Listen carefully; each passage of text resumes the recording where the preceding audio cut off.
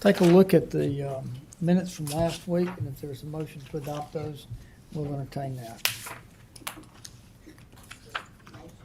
Second. All in favor say aye. Aye. Okay, minutes are adopted. Item number 1, Mr. Green, approval of a minor public works contract with Tri-State Abatement for asbestos abatement. Wrong agenda. We're still in projects. Who's in charge? I thought it sounded familiar. Yeah. That was a I double- thought we're that's a- doing finance and projects on that. That one. was a double gavel for you, Mr. It Chairman. was. Okay. Councilman Lanier, approval of disbursement from District 7 improvement funds. Tell us what you got, $1,500. Yeah, regular donation to Southview Elementary for Teachers Appreciation. Simple. Okay, Motion. There you go. Second. all in favor say aye. Aye. Okay, item is approved. Number 2, Mr. Lanier, Okay, this is, us. Central me and- High School girls yes, flag football. Yes, so me and, Flag football. Councilman Eatman and Howard, we were putting this together for a Central, girls football team like me and Mr. Phil did for Brian with band and, football last year, so we just kinda donate that a little bit, $1,500 for me, and then they'll get a little bit, but you, go ahead and vote that in for me, sir, and we can keep it rolling. Second. All in favor say aye. Aye. Thank you. Item is approved. News record. Item number 3, general fund budget revision number 17, Ms. Standridge. Good afternoon, council. Good afternoon. The same as Mr. Eatman's request for district improvement funds last week, Mr. Lanier's district improvement request this week do require us to reach back into reserves from prior years. And so that is just what this budget revision is doing. It is asking to move, asking to move $2,600 from the District 7 prior year balance into the current year to be able to activate the 2 requests that he just mentioned. Any questions, comments? Motion. Second. All in favor say aye. Aye. Item is approved. Item number 4, authorization to execute a grant agreement with Southwest Alabama Highway Safety Office, 2026 Community Traffic Safety Program. Chief? Yes, good afternoon, Mayor and Good Council. afternoon. We do this every single year, so basically we get different allotments of money, and officers go work the high traffic enforcement areas that we have a lot of wrecks, and they reimburse us. How much is it, Chief? It depends on different communities of how many different people take it. It can go in from 10,000 to 50 or 60,000. It goes throughout the year of how much money is left in the grant. Okay. So it costs the city nothing. Okay, but we don't know yet how much it is. We just, there's a motion. Is there a second? Second. All in favor say aye. Aye. Okay, item is approved. Item number 5, Mr. Holmes, authorizing renewal of city's annual mortality canine insurance. Yes, sir. This is our life insurance for our canines. The premium amount was $4,585 last year. It is $5,985 this year. This does reflect the increase of coverage of one dog. This covers our canine Nails for $20,000, Thomas for $11,000. Thomas has an exclusion in case his injury is due to his arthritis. Mary for $15,000, Leo for $19,500, and Baki for $20,000. These are generally about $20,000 to $30,000 dogs when we buy them new. And we have 4 total. We have 5. We had 4 last year. We have 5 this year.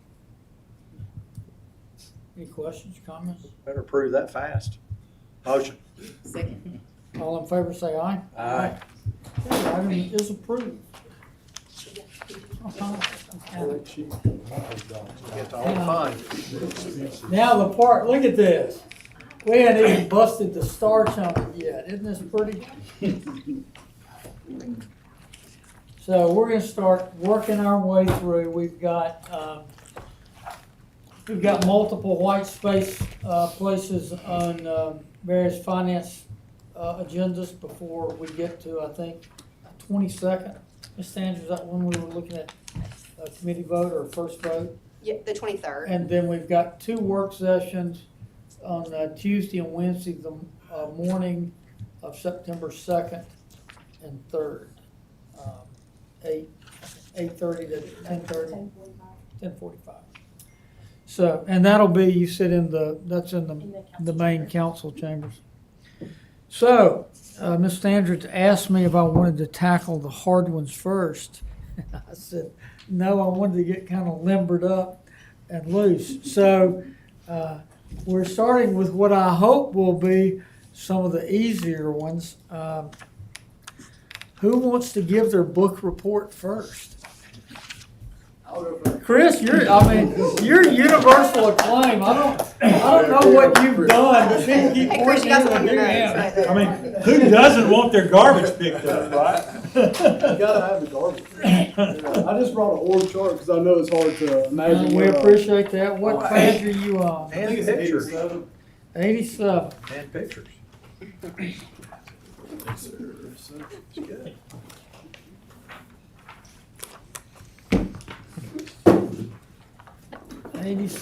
All right.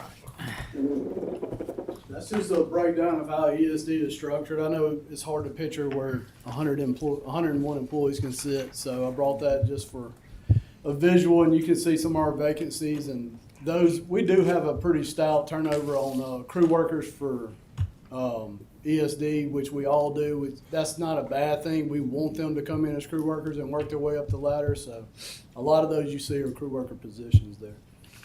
What's your total head count? 101. 101. Yes, sir. That's including admin staff. So, any questions on the organizational structure? Or? You have, what, I say, 3 vacancies? I think we have about 5. Yes, sir. Okay, Some of 5. them are highlighted, some of them aren't. Okay, yeah, I see them. And what's routine for you? We're actually, that's low number. Actually, we usually stay somewhere between 9 and 10 crew worker vacancies that are always posted. We've closed that gap over the last year. So we have actually 28 employees on probation. So that's how many we've hired and filled positions within the last year. So your total authorized is what? Sir, Your total authorized, employee wise? yeah, 101 full-time positions, yes, sir. 101 full-time. Plus your vacancies. Sir? Plus your vacancies, that would all be in the budget, right? It's all, that's included, yes, sir. The vacancies are included in In the 101? Yes, sir. And they're posted now on the board, you know, I think we had some interviews today, actually. What kind of budget you gonna need this coming year to run that? The only thing different you'll see than last year, the previous year, is with the addition, of course, with the health insurance and the 3% cost of living and the step raise. In addition, we brought over a street maintenance crew a few months ago. Y'all remember they transferred to ESD from Public Works. They came from Sylvan? Yes, sir. So we'll that cost is also coming to us you'll see it in addition to what we had last year. So $1,011,396 is an increase in our salaries and benefits, and that's the raises plus the additional guys coming to ESD from Public Works. You'll see $147,132 increase in our auto fuel and maintenance. That's to reflect the trucks and the maintenance that come over from Public Works to ESD. Well, that's the fuel it takes to run them, the maintenance it takes to keep them going. Is that more vehicles, more mileage, or higher price gas? More vehicles added to our fleet is the main thing you see. Yeah. And then the next thing would be 66,000 in overtime expected for the sweeper crew. That crew that came from Public Works is on call 24 hours a day. So when they get off, there's a certain amount of the 2 guys are on call every day, 7 days a week. So if we have an accident, we need a sweeper truck to go out and clean a spill up, or we have a tree fall, they clean it up and we need to go pick up some debris, or a water line bust and we need to clean the dirt out of the road. Those guys respond to all that. So that's the expected cost that we've tracked that we think we're going to add to our overtime to take care of those issues. And then the 15,524 that you'll see is an increase in uniforms and telephones. That's to offset those guys coming to us. That would be their uniforms yearly going forward. That includes their pants, shirts, hats, boots, and then also their Southern Link phones that we pay for. Why are we buying phones? We have to be able to communicate with them in the Is field. this the people riding trucks? Yeah, so they're all operators, yes, sir. Everybody has a phone? Yes, sir. Our higher level operators have a phone. Crew workers don't. Okay. But yeah, yes. Sir. And that's how it's two-way radio with a cell phone attached. That's how even when they're on call, they take that home with them. So, other than those things, we were on track with everything from 2025. And walk me through what came over from Mr. Green's department? Sweepers and flushers as well. We call it a street maintenance crew. It's 11 employees. So it's 4 sweeper trucks, 2 flusher trucks, and then a crew worker, operator, which does weed eating in the gutters and stuff like that. And that came with 9 vehicles. So pickup trucks, squad trucks, and the sweepers and flushers. Why was that, Chris? They come to us. Why did they come to us? We transferred them over. We need them more in line with our garbage and trash routes because majority of the calls you're going to get is because a garbage truck's leaked some garbage truck juice or we've left debris in the road.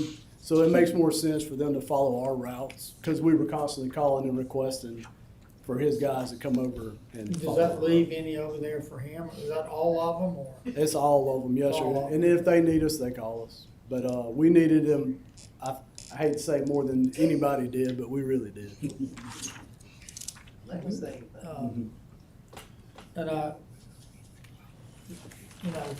for my district, which is, if it's not done well in my district, it'll be very clear, very quick. Yeah. We sweep a lot in your district. Y'all are doing a tremendous job. Thank you. Tremendous job.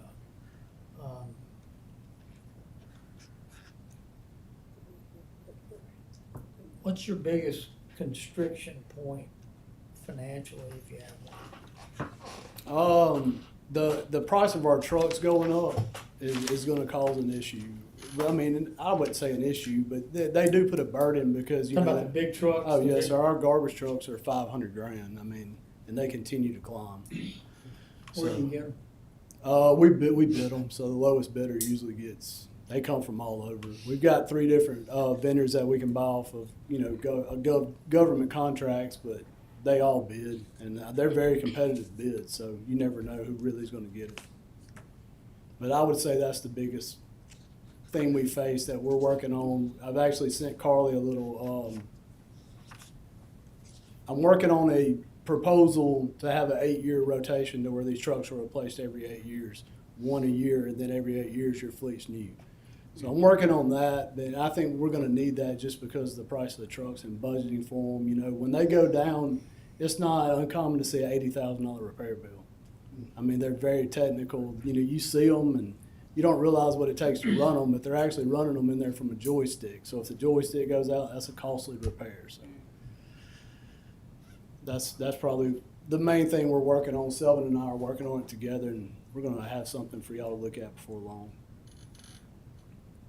What kind of flex do you have, if any, in the trucks? We are building some flexibility to where we have spares when they go down, but with the amount they cost, I mean, it's hard to have a $500,000 truck sitting on the yard, you know. But yeah, we're working on that. We have 2 extra ASL, which is the side loaders, and we have 3 extra rear loaders on the yard. So when they do go down, and Selvin tell you they go down multiple at a time, I don't know why. One goes down, 6 will go down. So we're always running our spares. One thing we're trying to work on is keeping a few more, and you know, not sending them to sell so quickly. Keeping a few to build up our backlog. You know, what we got sitting on the yard.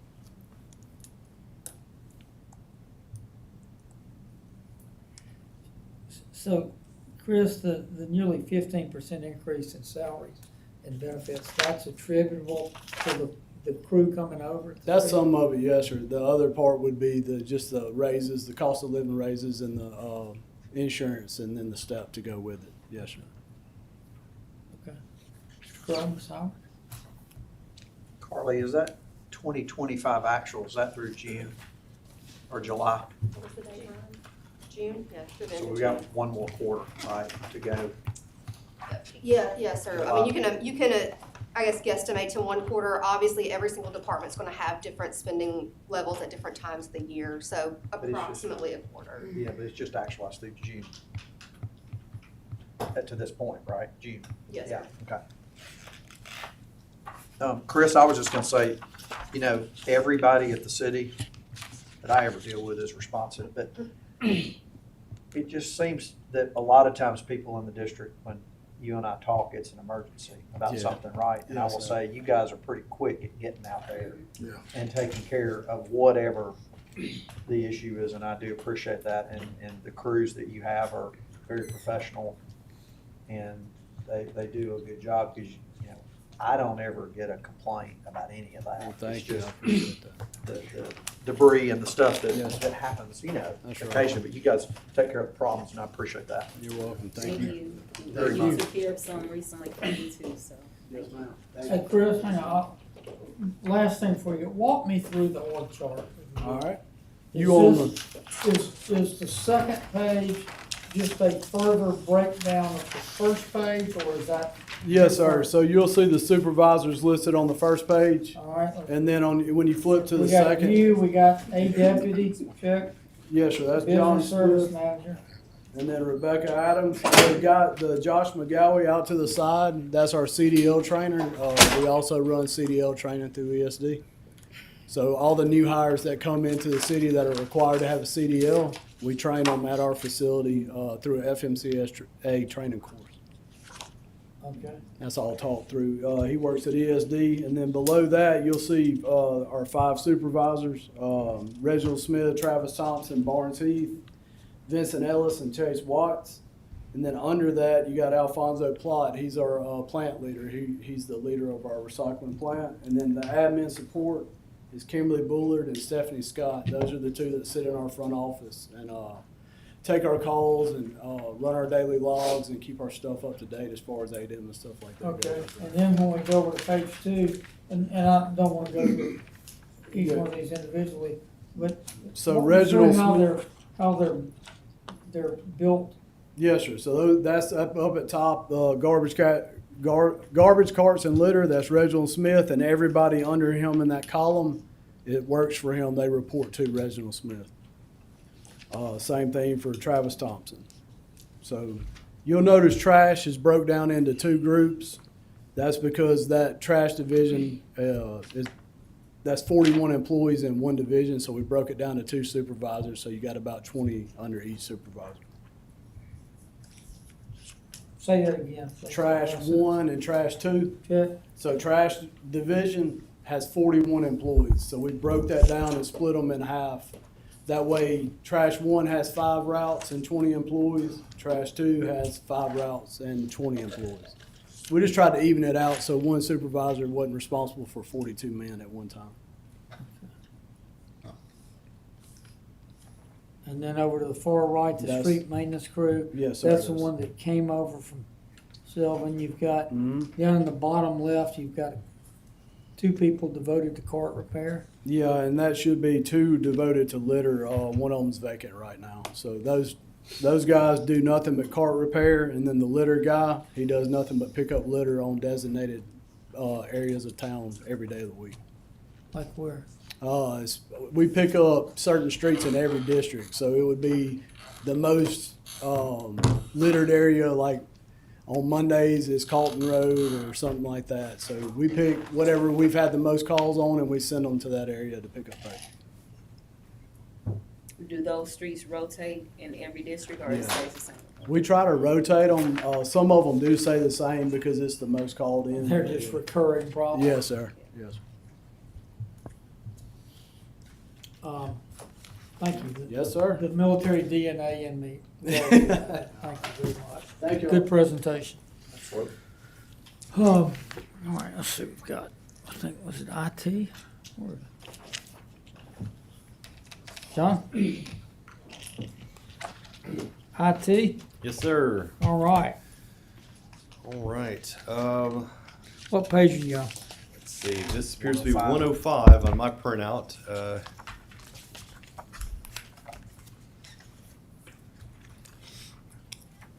So for What's the big picture? Well, for the large part, most of our expenditures are the same from last year. We did decrease across the board some portions of our budget that are dedicated to the life cycle maintenance of electronics and hardware. That would be replacing things that are end of life, are older. We started this process when I first got here in '22. So we spent 3 full years now catching up, and so we felt like that is somewhere that we could, pull back on the throttle just a little bit. It's not something that we will ever stop. You're always replacing old items and things, but we've almost caught up to a point where we're only about a year behind at any given time. That was so we decreased along the physical stuff buying, for lack of a better word, replacements. On the increases side, our maintenance contracts rose about roughly 5% this year across the board. That is for a variety of reasons, both Am I for, looking at something wrong? well, Maintenance contracts up 393,457 or 17.4%. yes, there's kind of two parts to that. So the ongoing year to year was up, I think, roughly around 5%. That's from existing contracts that we had expiring and renegotiating. Also, most of them go up kind of roughly 5% per year. In previous years, we have pruned and been able to reduce some over the years. There's only so much squeeze that you can get from that from reduction over time. So we kind of hit a plateau point from the removal of new items or removal of existing items that were less used and stuff this year. So there was a slight bump up in that. A portion of the additional portion of the maintenance contract increase is due to the addition of the Peregrine tools and the AI tools that the mayor mentioned in his presentation last week that I believe Mr. Moore is going to brief you on at some point. So refresh me, the Peregrine, as I remember, is this what we've already added or what we've No, sir. adding? This is what will be added on the general fund side. Police has already added. And that's how much? That is Ballpark. That is $231,000 on the general fund side and $119,000 on the water sewer side. And that's for the Peregrine and the AI tools Yes, sir. The AI that were tools. briefed in part of the budget? Yes. Okay. Any other questions? Do you have any other questions? I'm not gonna make Mr. Foster stand up here and answer for one of my requests, so if there's any additional. I don't know, I don't information, I'll be have happy to help details, parts about that, but we probably will during your operations section. Yes, sir. The, I will say for Peregrine, TPD's had a successful deployment, Now, customer service. TPD's, was it Peregrine Yes, or an sir. offshoot of Peregrine? It's Peregrine. Palantir's the company, you would recognize the founders of Peregrine, Palantir, former okay. employees of Peregrine. And that's the one we did, it was like 127,000. Correct, yes, We were sir. gonna trade off one officer for that, right? I can't speak to the exact, I know the funding amount, I can't speak to how they paid for it, yes, sir, functionally. But this Okay. would be the general fund side of the house, it would be, financials, utility accounts, 311, our Esri mapping system, Lucity, videos that relates to our piping, permits. We're going through a full data review right now. I will say the number Jason quoted, hopefully we may come in a little under. That's gonna depend on our team's due diligence over the next 2 weeks, just to Okay. kind of finalize the data side. There is also the open AI component, I believe that's 24,000? 24,000, yes. 24,000 for 50 seats, which is slightly separate. I wouldn't look at that as a full 24,000. We have multiple accounts across the city right now, so those would just be consolidated within that 24,000. So don't look at that as a pure net increase. It would just be housed within IT's purview and also open up a lot more potential within the product due to the security that's provided under an enterprise license. Did I say that? Yes, sir. All right, that'll cover that. So, Jason, what, Yes. thank you, Brenda. Under various personnel movements. What are the personnel There are, changes there- in your department there are- this past year? that is And reflect, looking forward to next year. that is reflected in 3 positions. One is the adding of the additional security technician to do access control in-house that happened. This is the one middle we of the year. stopped contracting Yes, sir. Yes, sir. outside and brought in, right? Yes, sir. So And that's done, that is, on board, yes, sir. working. They are working, and if you've noticed here in the hallways, those have been replaced, and the tags we were talking earlier as a result of that as well. 2 positions in addition to that are the audio-visual technicians that were under strategic communications, have been moved to our department as part of this budget process. So, Which audio visual technician? that would be Jordan over here who's running that, and then Tyler Smelly. And then in the council chambers? Yes, sir. Yes, So those came out from strategic communications and are in IT? yes, sir. As of 10/1, as part of the budget. So that's the 3 additions to positions that are included in this. How many people do you rate in your department? I have 45. Yes, sir. 45. And how many do you have? How many How many do physical? you have? How many physical? Yeah, how Like- many? like legal- how- how many people can fog glass? Yes. Right now we have 3 vacant positions. Then they're So you all have 42? 42. You rate at the moment. 45, you got 3 Yes, sir. vacant. That's You correct. got 42. Yes, sir. So, and those are in the 3 very, vacancies are what? one is an upfitting technician. We get the vehicles for public safety directly from the dealership, and we're the ones who put the lights, the sirens, the radios, the computer, all the fun toggles and switches and buttons. So that's one of those technicians, and that's in the hiring process at the moment. So I'm hopeful that we're close on that one. And then we have a systems analyst, which is on the public safety team that runs the back-end public safety systems that the police officers use. And then a GIS administrator that does the general GIS for the entire city. So is that is that who we worked so closely with back during the The- redistricting process? That is the same position, but Lauren is still here, so, but it's. So we have 2 of those now? We actually have 3. 3? Yes, one that supports mostly Ms. Kreit's team on the kind of urban development and planning side, one that supports mostly the public safety side, and one that supports the, I'll call it the infrastructure kind of departments, water, sewer, CFG, Public Works, those sort of things. ESD. Okay. Mr. Crowe, Ms. Howard, anything you want to ask about? You asked what I would have asked, Mr. Chairman. Raven? You good? Thank you, Justin. Thank you. I think that's good. Thanks, sir. Very good presentation, thank you.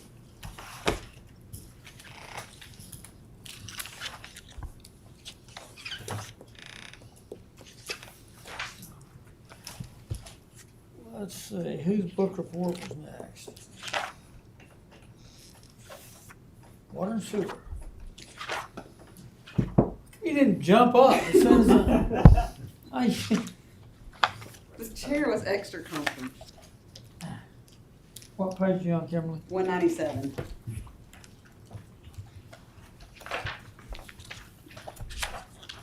Okay. So we, like the other departments, level funded, but we did have a couple of exceptions of things that we added to the department, and I can discuss a couple of, or go through some of those with you. But I think our overall percentage increase is, I think it was 5%. Yes, 5% the overall increase for water and sewer. The majority of the increase would be in the administration side, and that's where we've added from during FY25, we added a project manager piece and our personnel, which is layered with our capital projects division. And then also in here is the request that we just did 2 weeks ago, and that was for the linear the linear assets director, where we created the job description, but we said that we would be requesting it in FY '26. So that's also reflected in this. And then we have also 2 additional operations assistants, and those work at the water and the wastewater plants. And so those are 2 additional ones that are also in here. So the difference in last year's budget versus this year's budget is 4 additional employees, but 1 was already funded in FY '25, but it wasn't there initially in the budget. So we did reorganize some positions to fund that one. They just moved from the money side of it moved from a different part of the division into the administrative side. So that's where where the 27% increase is on the salary, but you'll see that those decreases are reflected within the other parts of that.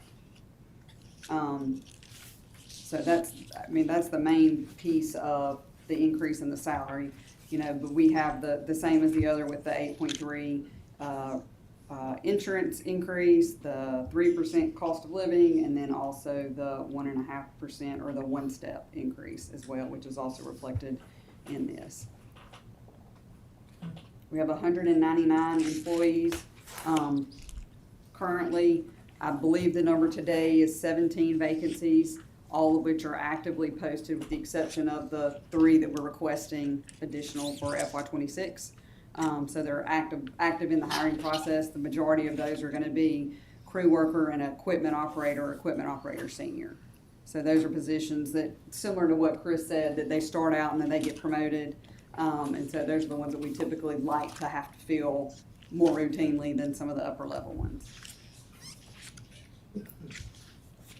So are there out of the 199 and 17 or 18 vacancies, so ballpark 10% vacancy, is that pretty routine? Yes, sir. Okay. Mhm. And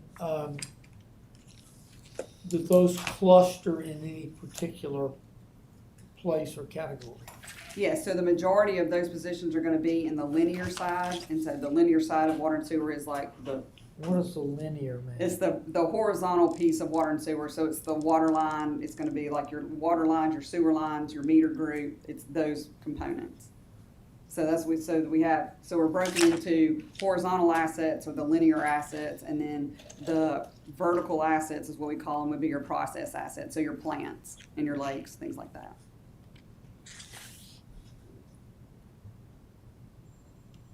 Are there any critical vacancies?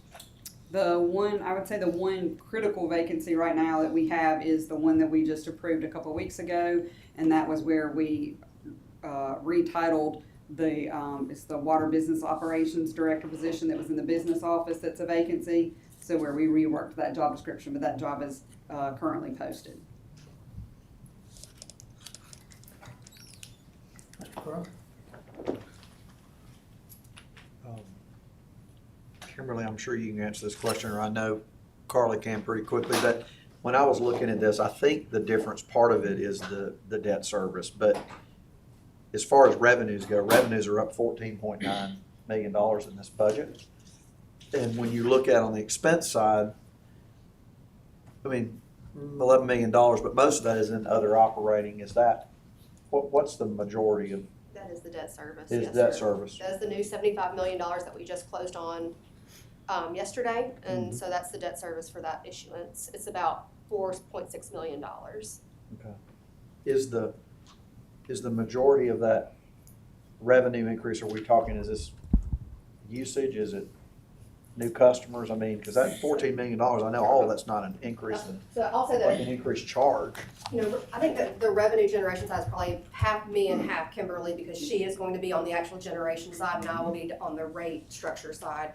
And so I can tell you that about 10% of that is going to be your rate increase. We did do a 9% rate increase last year. And so, taking into account the 9% rate increase and then a little bit of overtime issue, I think 10% of the actual increase is rates, and then the 4% of that 14% will be on the increase in capture, which is what she's doing. And efficiency, kind of. Well, With this new meter, is it new stuff or is it? We've gone from around 5,500 damage meters to like 2,400 damage meters this year. So we're slowly beginning to we're still recovering from a lot of the things that happened during COVID where we weren't actively replacing things. And so that's a lot of it, is that we're actually capturing water sales A now. metered volume. Yeah, yeah. Yeah, because I think that one of the questions, especially we were asked by the bond rating agencies, was, you know, are you experiencing a balloon, like, because your water revenues are increasing so much, are you experiencing a ballooning in customers? And no, we're really not. It's really going to be about their efficiencies and capturing the data to be able to bill. And we also have gone in, and as we've been doing the AMI project, we've used that as an opportunity to go through and audit accounts, because we're having to touch every single account. And so while we're in there, we're doing things like, if you're in the PJ, we're making sure that you have the 25% surcharge. We've even found some that had the surcharge that should not have had the surcharge. We're capturing, if you should be charged sewer and you have sewer and you don't have the charge, then we're adding those charges. But so we're doing full audits of accounts as well, getting our data correct. We're trying to update addresses and those things also we're using the AMI project as an opportunity to just do a general audit of all accounts on an individual basis.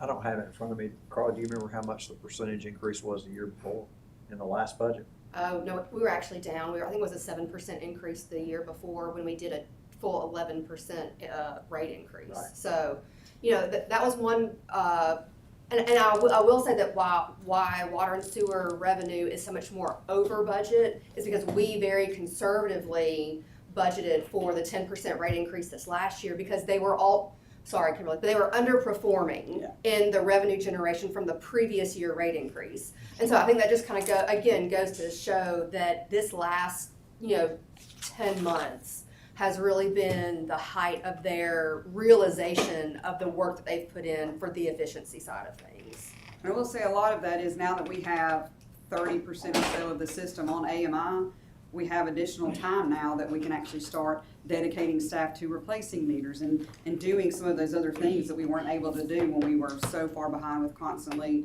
reading meters, trying to read damaged meters and things like that. So there's a lot of changes in process efficiencies that we've done to help with that, to be able to start capturing some of those readings. It's good. Other than what, those were the bigger things that kind of stuck out to me, because that was a big increase. Yeah, no, I would say that the water and sewer revenue side of things is the very happy picture for the upcoming fiscal year. Hadn't been happy. Put a smiley face on that. I mean, it's taken a while. You're raising the bar. It's taken a while. Kimberly, in your, no.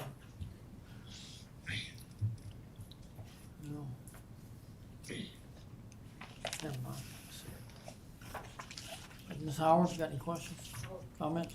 That's all good news.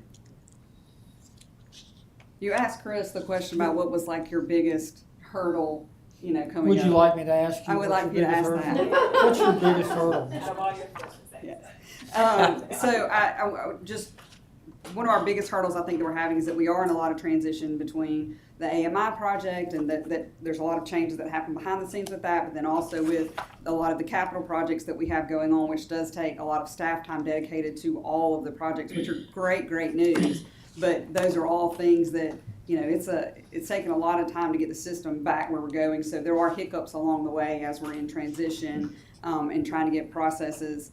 When you have construction projects, there's usually things that are not going the way you want them to go. So we're constantly working with ADM while we're doing projects at the plants to make sure that we're still meeting their expectations while knowing that we have processes that aren't operating as they should be while we're under construction.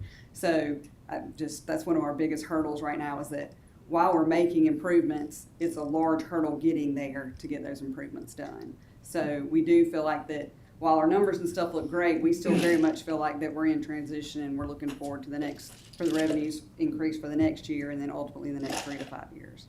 So.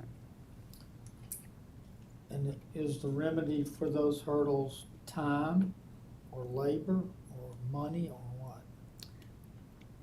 I think that because of the transition that we're in, it's just the process it takes to get projects accomplished. Time. So I think that, I think it's the time. I think that this council has done an amazing job with helping us really focus on getting our assets back where they need to be. So I feel like that you really funded us the way that we should be funded, and to get back to where we need to be. So I think it's just, getting to that point. And so I mean, time, yes, but and labor is always good, but it's one of those things where we're just kind of in this state of constant movement right now that it's hard you don't want to add labor knowing that it's not going to necessarily be needed. So we know that this transition period has really stretched us thin, but we know that in a couple years, we're going to be really sitting pretty, like we're really excited about the future, so. And remind me when we expect the automated meters to be complete? So the current phase that we're in, we expect, and that's an additional 18,000 meters, so that'll put us right at half of our system, just under half the system, with the ones that we already had in place. It'll be around 23,000 that we'll have. So that phase is expected to be complete in October, but in early September, you'll see the next phase come in, and so that's about 24 months on that phase. So we're looking around 2 more years.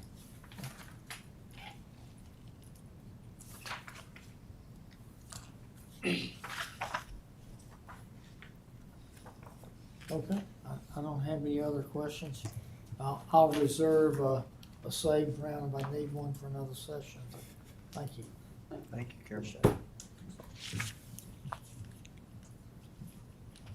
I think I'm next, I'll go ahead and walk You next one? out. I think so.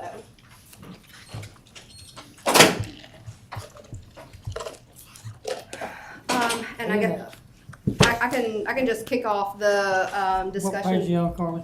I'm on page 43.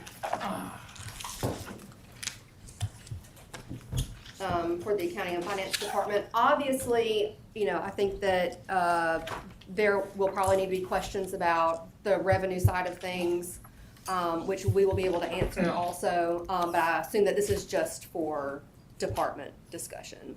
So I can open up by saying that the growth in our budget from 25 to 26 is the same as what other people have said. It is the COLA, the health insurance increase. And then if you'll recall, last year the Revenue Code Enforcement Division had some investment with new employees that were staggered out over the year. We weren't going to hire a couple of them until December and another few of them until March and then another few in June. And so you'll have to remember that the Was fiscal... it 6 total? It was 6 total, yes, sir. And so the full realization of all 6 of those employees for a full year is a part of why there's that increase as well.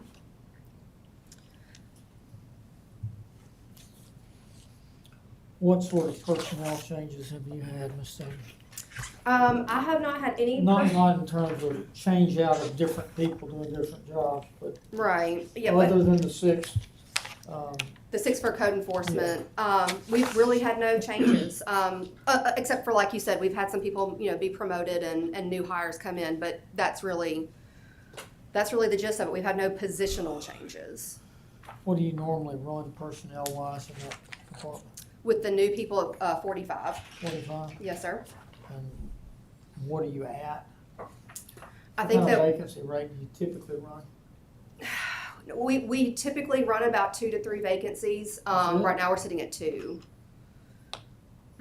We have 1 offer out for 1, just kind of waiting to hear back, but generally we run about 2 to 3. Yeah, that's probably normal. I would like for that to never ever be normal, but yeah. Sounds like the place to be.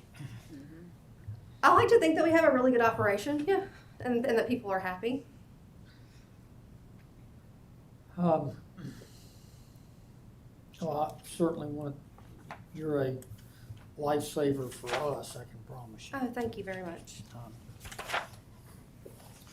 I will, I'll take that opportunity to say that if it was not for the team, the rest of these positions that are on here that are actually people up there doing the work, I always say this, I don't do any real work, but I'll pull a lot of their work out and do my own configuring and my own thinking on it. But if it wasn't for them doing the real work, I mean, they're the ones that do the real work. I could not rely on the information that I pull to be accurate, to be able to advise anybody appropriately. So really it is that team up there that does all of that. Effort. I love it. Under the long and short-term goals that y'all put in here, what are the ones we should be re-aware of? So our main, like what I would like to accomplish in the short term, which I think that you saw a couple of weeks ago, was really get business license renewal online and available to all customers without having to walk into this building. That is one thing that I can tell you, we are not in the 21st century on. There are a number of other organizations that are well ahead of us on that, and that's not something that we're okay with our standards.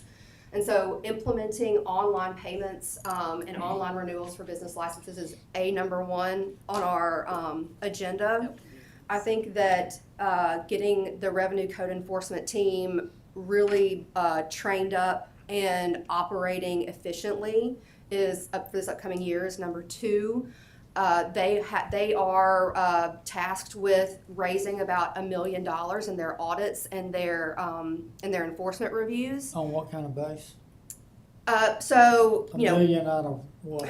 I mean, you could probably say out of our $200 million, general fund revenue budget, they will generally be able to audit out about $1 million with that. But we are working really hard to put in new data capturing procedures to be able to know how much of our business license revenue they also generate, because people will come in and renew on their own, and then we'll have a list of delinquencies, and we send our revenue officers out to talk to the people that are in delinquent mode to try and get them paid up. Well, that goes directly into a business license revenue line and doesn't necessarily go into their audit revenue line. So being able to capture what they're really being able to go out there and get is one of our goals also.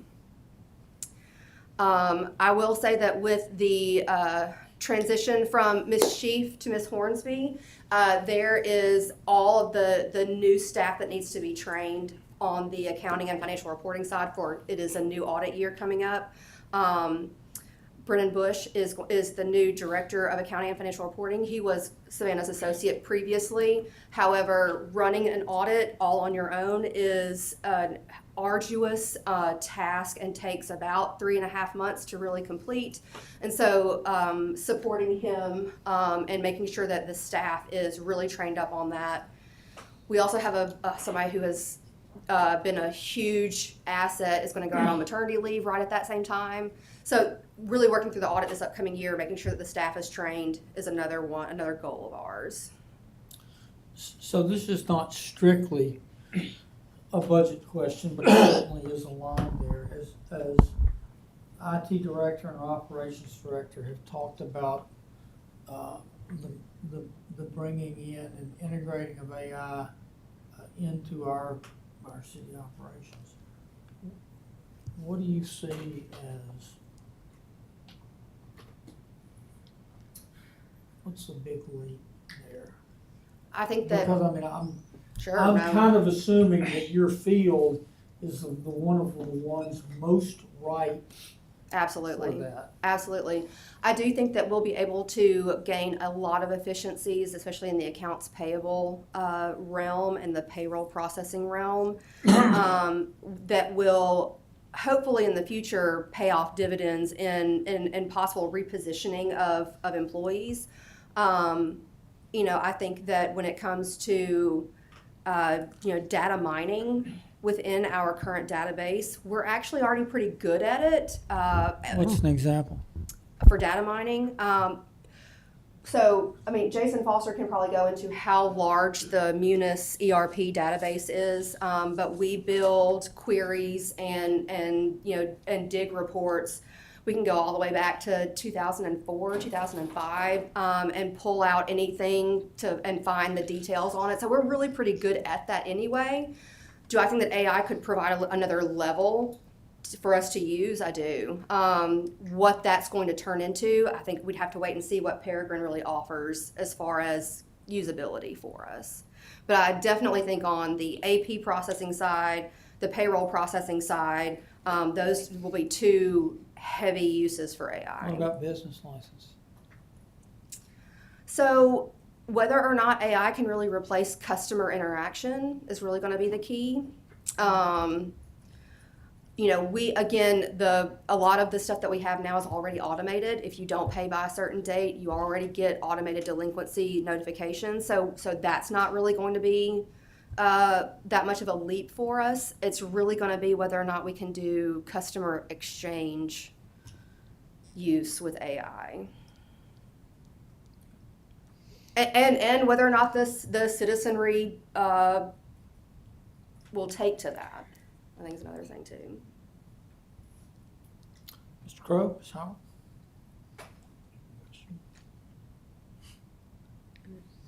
This isn't, John? just out of curiosity, I'm looking through your, employees. What is the short answer for an enforcement manager? What's the short answer for an enforcement manager? Yeah, what is an enforcement manager? So they're the ones that supervise all of our enforcement, like our field enforcement officers. And so, Revenue officer? yes, sir. So they're the Okay. ones that are doing the dispatch out to all of the delinquent Okay. areas that we talk about. There are plenty of times that that council members will have issue with a business operation in their district, and they will call Trent, and they will relay it out to have a dispatched revenue officer go with them. A lot of times, code enforcement with urban development will recognize that there are business issues in the area, possibly that somebody's operating a business without a business license, and so then we will dispatch from that. So the manager is the one that handles all of that dispatching, and that also supervises all of the officers that are out there and their information input, their money collections, things of that nature. I've just called code enforcement when I thought there was an issue. And that is totally fine. They work hand in hand together, and they're supposed to. Okay. Nothing else? Sanders, thank you very much Thank you. for everything. Ms. Johnson? Here. Got a lot of questions for What her. are they, what I page are am you on, on Randy? page 131.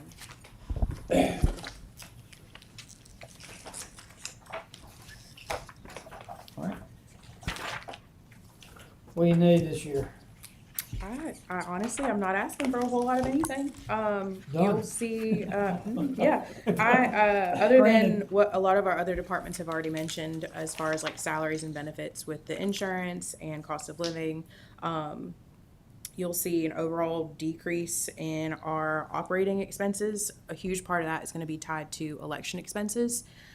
So we are pulling a lot of that out and kind of sticking it into the council budget. Since hopefully hopefully we don't need it, but if we end up having an election next year, all of that will be captured within the council's budget and not within the clerk's office.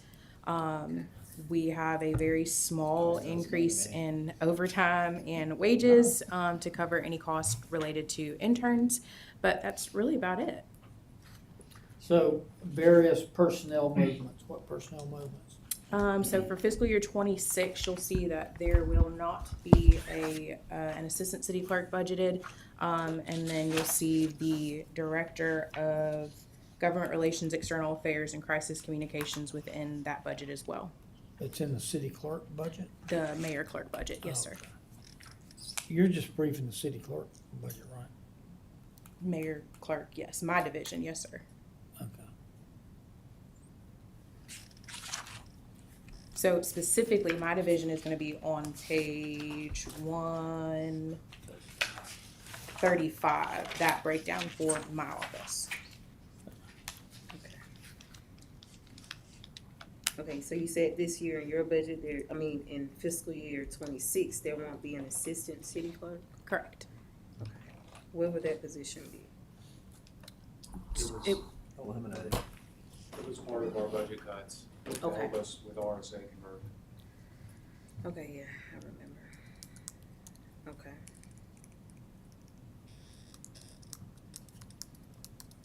What's strictly your budget? My budget, You, just me. you and some interns? As of right now, it's just me. Just you. Well, that's pretty simple. I don't ask for much. So what does the budget look like for just one election in the event that we have it? So it really depends on the district. So what you're gonna look at for, if we have a District 3 election, you're gonna look at your costs for the contract with ES&S to program machines. You're gonna look at any expenses related to poll workers, Any expenses for advertising, legal notices, any cost. Church of the Highlands is our usual District 3 polling location. They don't typically charge for use of their facilities, but in the event that anything comes up, that would also be tied within that election expense. But the biggest portion of the budget for an election is going to be tied to the ES&S election systems and softwares contract for them to program the machines and print all of the ballots and any of the additional election supplies we'll need. Okay, Mr. Crowe, Ms. Howard? Anything Wish else? I had a bunch of questions for her, but I don't. Okay, Ms. Johnson, thank you very much. That wraps up what we had planned to do for today. Does anybody else have any business or anything they want to break off before Finance Committee? Okay. Mr. Chairman, can I ask a question Sure. about just procedures for next week? Yeah. Do you know, or do you have a plan on what we will discuss on Tuesday and Wednesday, or we get an agenda to plan kind to of? use Tuesday morning to do more staff sections, like we've been doing today. And Wednesday morning, if each council member has an agency that they want to showcase during the session on Wednesday morning, that'll be the time to do it. Let me know who it is. And so at max, we'll have 7 agencies which you can showcase if you think they need more attention. Does that include just the big ones, or do we have to request That it? includes any of them. Any of them. Yeah, and I will look at, so of the big ones, I already know one does not want to present, they're content. Another one we talked about, I don't know that we're gonna need to. So I will look to work some of the big agencies into the Finance Committee agenda. Any other questions? And by the way, you don't have to bring an agent, but usually somebody's got somebody else. I want you to hear about what they're doing. If you do, let me know who it is. We'll get it on the agenda.